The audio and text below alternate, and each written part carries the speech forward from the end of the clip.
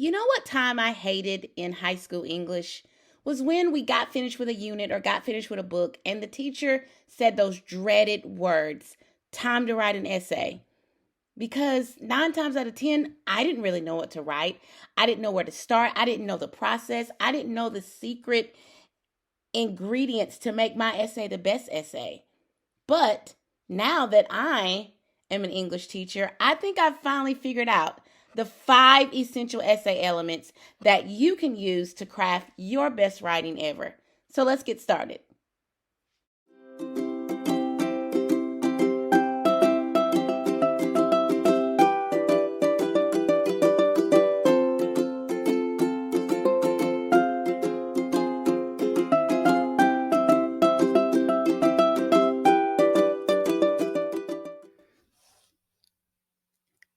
So, as I stated in the intro, during English class, right after we got finished reading a novel or a short story or an informational text, I always groaned when it became time to write the essay because I didn't know how I wanted to start, didn't know where to start, didn't know what I wanted to include, didn't know if my thesis sentence was great. How am I going to conclude it? What textual evidence in my spotted page? So I'm not even going to begin to bore you about how tedious and cumbersome that task was. But over my time in teaching countless high school and college students the art of writing, I've come up with 5 essential essay elements, I think, and I'm very confident that if you use them, you'll be able to craft some of the best writing of your academic life. So here is essential essay element number 1. Guys, I need an intro that's gonna hook me. You know, when you have a good song and you wait for the downbeat because it hooks you, and if the song doesn't give it to you, you just move on to the next track. That's the way readers do your papers. If your intro is not hooking and engaging me instantly, I'm bored and I don't want to read it anymore, even though I'm required to. I may just skim it looking for the basic parts, but if that intro grabs me, guys, I'm hooked in. I'm going to read the rest of your writing because you've done the job. You've hooked me as a writer. So that one sentence at the top of your introduction is so vital. It's that strong or shocking statement that you make that instantly has me like thinking, or it's that analogy, metaphor, or anecdote, or maybe you give me a fresh spin on a cliche, or maybe you find some bomb quote that you use to hook me. Now, if you're going to use a bomb quote, I'm totally okay with that. Just make sure that you use proper in-text citation and you cite it in your works cited page. Now, where I'm going to draw the line is rhetorical questions because writing rhetorical questions is an art form. Matter of fact, I actually require my high school students never to write rhetorical questions until I can really teach them the art form about it. There's an entire lesson I teach just about writing rhetorical questions. So tread lightly with that because you could just fumble the ball if you write a poor rhetorical question. So the intro that hooks needs to have a strong hook. The next part of your intro is the connect. You want to make sure that you identify the author and the primary text source for the reader if you're doing a lit analysis, and identify the issue or subject if you're working with the argument or research, just to have that little bridge between the hook sentence and the background information that you'll give to the reader, which is the third part of your introduction paragraph or sentences, the inform part. This is where you provide that necessary background information about the story, the issue, or the topic. You do that for the someone who doesn't know much or anything about your story, issue, or topic. That way, they're reading what you're going to be writing the rest of the paper and it makes sense to them. Now, of course, you're thinking, my English teacher, my professor, they know the topic, they know the story, they assign the essay. Yes, but you always err on the side of you assume they do not. So, essential essay element number 1, an intro that hooks. Number 2, a clear thesis. Why? Because the thesis is the roadmap.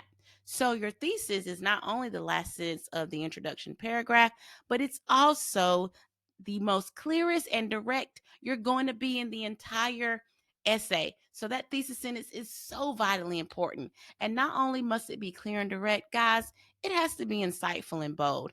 Don't bore me with your thesis statement. It needs to be something that two people can debate over, where I sit down in a writer's one-on-one conference. I'm like, okay, I have some questions and some thoughts about your paper. You want to make sure it's like that. Your thesis sentence should also have two parts: the claim, which is your answer, and then your because clause, which is your reasons. Now, some teachers are going to say you don't need the because clause. I tend to disagree. So, really refer to your English teacher or your professor about, do they want you to state your reasons or your main points within your thesis statement. Essential element number 3, relevant evidence. What's the point of having a clear and direct, insightful and bold thesis statement if you don't have the evidence to back it up? So your evidence must be relevant and it must be sufficient. Sufficient meaning it must be able to support the weight of your thesis statement. Now, never just shove a piece of evidence in your reader's face. That's nasty and that's rude. You want to make sure you frame your quote, which is just introducing it. And lastly, after you frame your quote and you introduce it, you want to make sure you use proper in-text citation and that piece of evidence is in your works cited page. A lot of time I see writers give me a whole page of works cited, but I don't see anything within the paper and in-text citation. So that's technically plagiarism. So you want to make sure you pay very close attention to how you properly cite your evidence within your paper. So that is essential element number 3, which leads us to essential element number 4. If you're going to provide the evidence, you gotta explain it and explain it strongly. So that's essential element number 4. In your strong explanation, ask yourself these 2 questions. How does this evidence prove my point? And how does this evidence further support my thesis statement or claim? The answer that you arrive at is your explanation sentences.